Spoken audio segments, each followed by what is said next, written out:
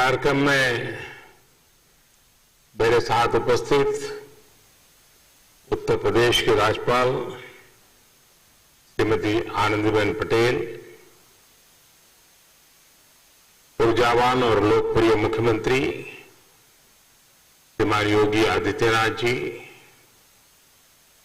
भारत में जापान के एम्बेसडर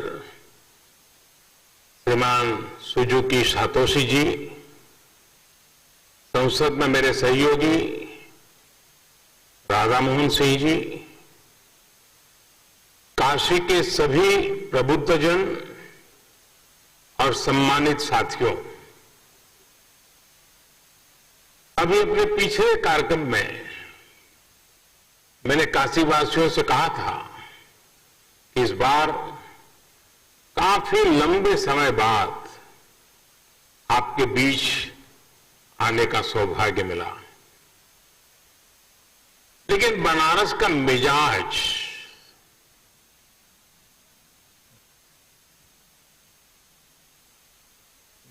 ऐसा है कि अरसा भले ही लंबा हो जाए,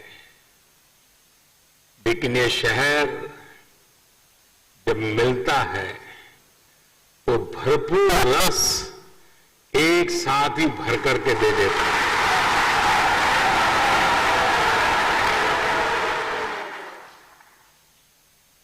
अब आप देखिए, भले दिन ज्यादा हो गए हों, लेकिन जब काशी ने बुलाया तो बनारस वासियों ने एक साथ इतने विकास कामों की झड़ी लगा दी। एक तरह से आज महादेव के आशीर्वाद से काशीवासियों ने विकास की गंगा बहा दी है।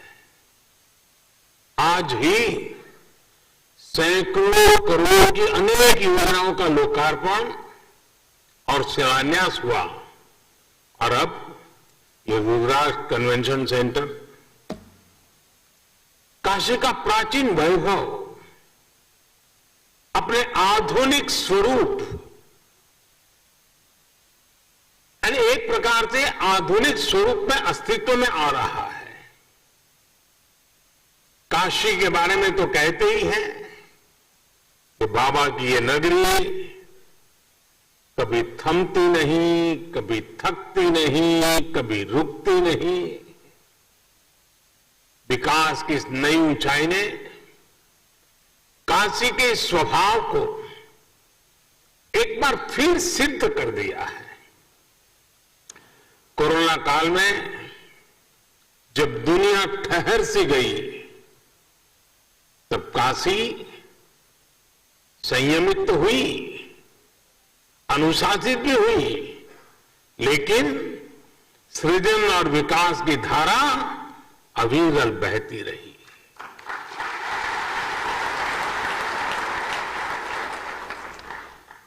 काशी के विकास के आयाम,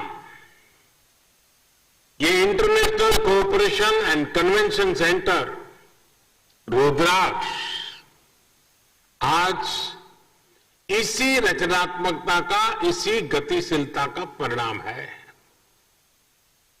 मैं आप सभी को, काशी के हर एक जन को इस उपलब्धि के लिए हार्दिक बधाई देता हूं।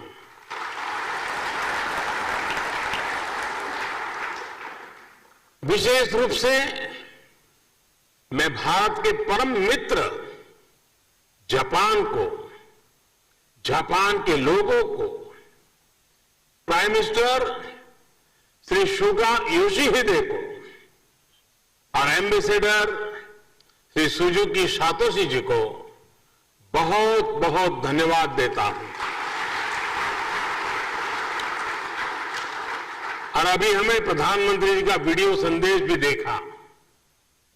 उनके आत्मीय प्रयासों से काशी को ये उपहार मिला है। प्राइम मिनिस्टर श्री सुगा योशिहिदे उस समय चीफ कैबिनेट सेक्रेटरी थे। तब से लेकर पीएम की भूमिका तक लगातार वो इस प्रोजेक्ट में व्यक्तिगत रूप से इन्वॉल्व रहे। भारत के प्रति उनके इस अपनेपन के लिए हर एक देशवासी उनका आभारी है। साथियों, आज के इस आयोजन में एक और व्यक्ति है जिनका नाम लेना मैं भूल नहीं सकता। जापान के ही मेरे एक और मित्र शिंजो आबे जी। मुझे याद है शिंजो आबे जी जब प्रधानमंत्री के तौर पर काशी आए थे तो रुद्राक्ष के आइडिया पर उनसे मेरी लंबी चर्चा हुई थी। उन्होंने तुरंत ही अपने अधिकारियों से इस आइडिया पर काम करने को कहा। इसके बाद जापान का जो कल्चर है, उनका गुण है, चर परिचित उनकी विशेषता है परफेक्शन और प्लानिंग। इसके साथ इस पर काम शुरू हुआ और आज ये भव्य इमारत काशी की शोभा बढ़ा रही है। इस इमारत में आधुनिकता की चमक भी है और सांस्कृतिक आभा भी है। इसमें भारत जापान रिश्तों का कनेक्ट भी है और भविष्य के लिए अनेकों संभावनाओं का स्कोप भी है। मेरी जापान यात्रा के समय हमने दोनों देशों के रिश्तों में पीपल टू पीपल रिलेशंस में इसी अपनेपन की बात कही थी। हमने जापान से ऐसे ही सांस्कृतिक संबंध की रूपरेखा खींची थी। मुझे खुशी है कि आज दोनों देशों के प्रयासों से विकास के साथ साथ रिश्तों में मिठास का नया अध्याय लिखा जा रहा है। काशी के रुद्राक्ष की तरह ही अभी कुछ हफ्ते पहले ही गुजरात में भी जापानी जैन गार्डन और काइजेन एकेडमी का भी लोकार्पण हुआ था।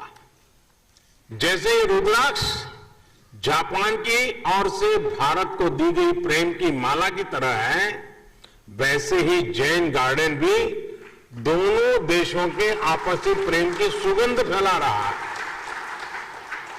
इसी तरह चाहे स्ट्रेटेजिक एरिया हो या इकोनॉमिक एरिया, जापान आज भारत के सबसे विश्वसनीय दोस्तों में से एक है।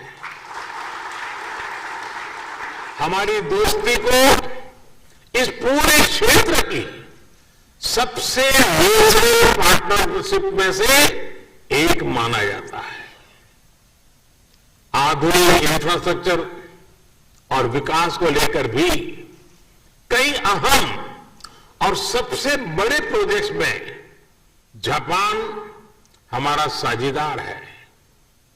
Mumbai Ahmedabad high speed rail हो, दिल्ली मुंबई इंडस्ट्रियल कॉरिडोर हो या डेडिकेटेड फ्रेट कॉरिडोर हो, जापान के सहयोग से बन रहे ये प्रोजेक्ट न्यू इंडिया की ताकत बनने वाले हैं।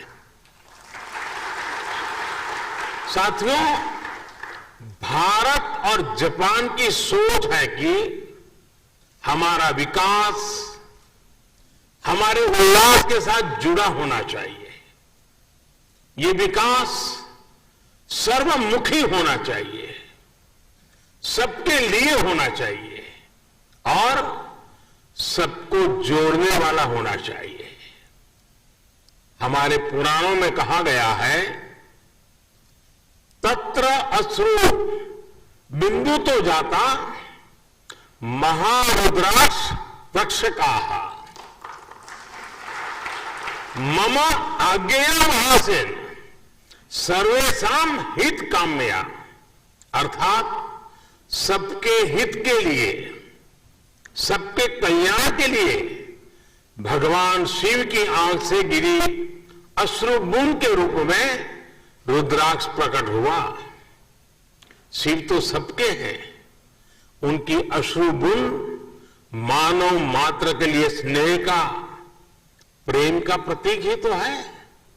इसी तरह ये इंटरनेशनल कन्वेंशन सेंटर रुद्राक्ष भी पूरी दुनिया को आपसी प्रेम, कला और संस्कृति के जरिए जोड़ने का एक माध्यम बनेगा। और काशी का तो बात ही क्या, काशी तो वैसे भी दुनिया का सबसे प्राचीन जीवन शहर है। शिव से लेकर सारनाथ में भगवान बुद्ध तक काशी ने अध्यात्म के साथ साथ कला और संस्कृति को सदियों से संजो कर रखा है। आज के समय में भी तबला में बनारस बाज की शैली हो, ठुमरी, दादरा, ख्याल, टप्पा और ध्रुपद हो, धमार, कजरी, चैती, होली जैसी बनारस की चर्चित और विख्यात गायन शैलियां हो, सारंगी और पखावज हो या शहनाई हो, मेरे बनारस के तो रोम रोम से गीत, संगीत और कला झरती है।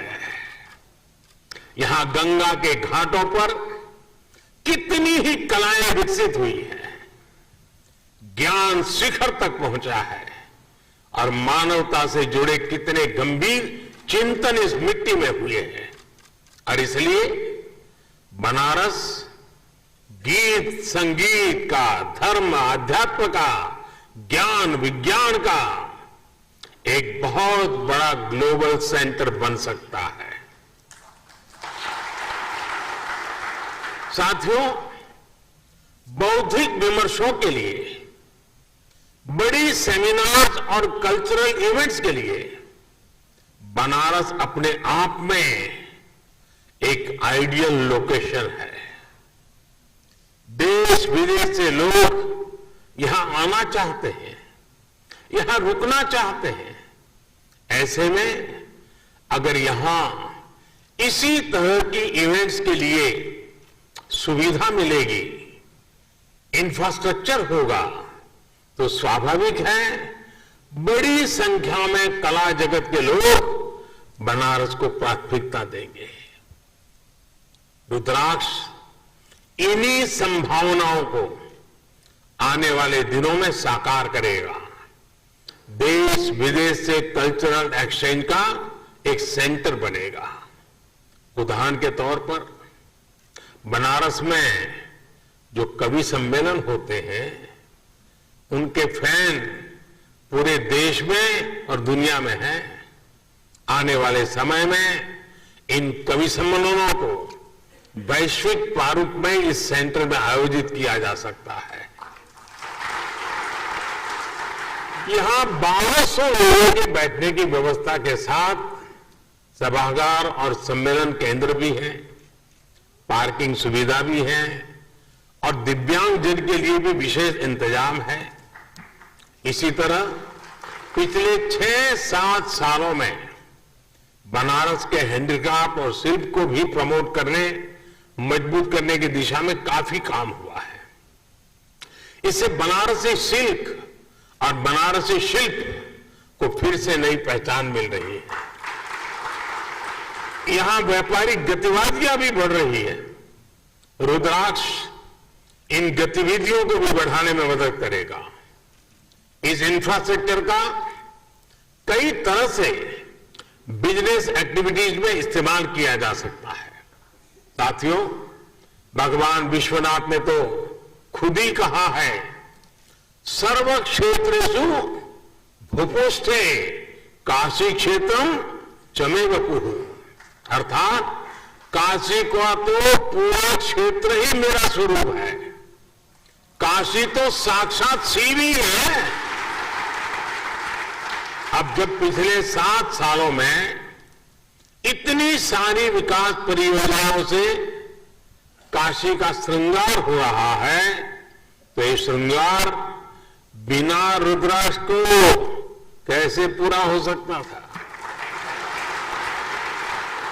अब जब ये रुद्राक्ष काशी ने धारण कर लिया है, तो काशी का विकास और ज्यादा चमकेगा, और ज्यादा काशी की शोभा बढ़ेगी। अब ये काशी वासियों की जिम्मेदारी है। मैं आप सबसे विशेष आग्रह भी करता हूं कि रुद्राक्ष की शक्ति का पूरा उपयोग आपको करना है। काशी के सांस्कृतिक सौंदर्य को, काशी की प्रतिभाओं को इस सेंटर से जोड़ना है। आप जब इस दिशा में काम करेंगे तो आप काशी के साथ पूरे देश को और दुनिया को भी जोड़ेंगे। जैसे जैसे ये सेंटर सक्रिय होगा, इसके जरिए भारत जापान के रिश्तों में, उस रिश्तों को भी दुनिया में एक नई पहचान मिलेगी। मुझे पूरा विश्वास है, महादेव के आशीर्वाद से आने वाले दिनों में ये सेंटर काशी की एक नई पहचान बनेगा, काशी के विकास को नई गति देगा। इन्हीं शुभकामनाओं के साथ मैं अपनी बात को समाप्त करता हूं। मैं फिर एक बार जापान सरकार का, जापान के प्रधानमंत्री जी का विशेष रूप से आभार व्यक्त करता हूं, और बाबा को यही प्रार्थना करता हूं, आप स्वयं को स्वस्थ रखें, खुश रखें, सजग रखें, और कोरोना के सारे प्रोटोकॉल का पालन करने की आदत बनाए रखें। आप सबका बहुत बहुत धन्यवाद। हर हर महादेव।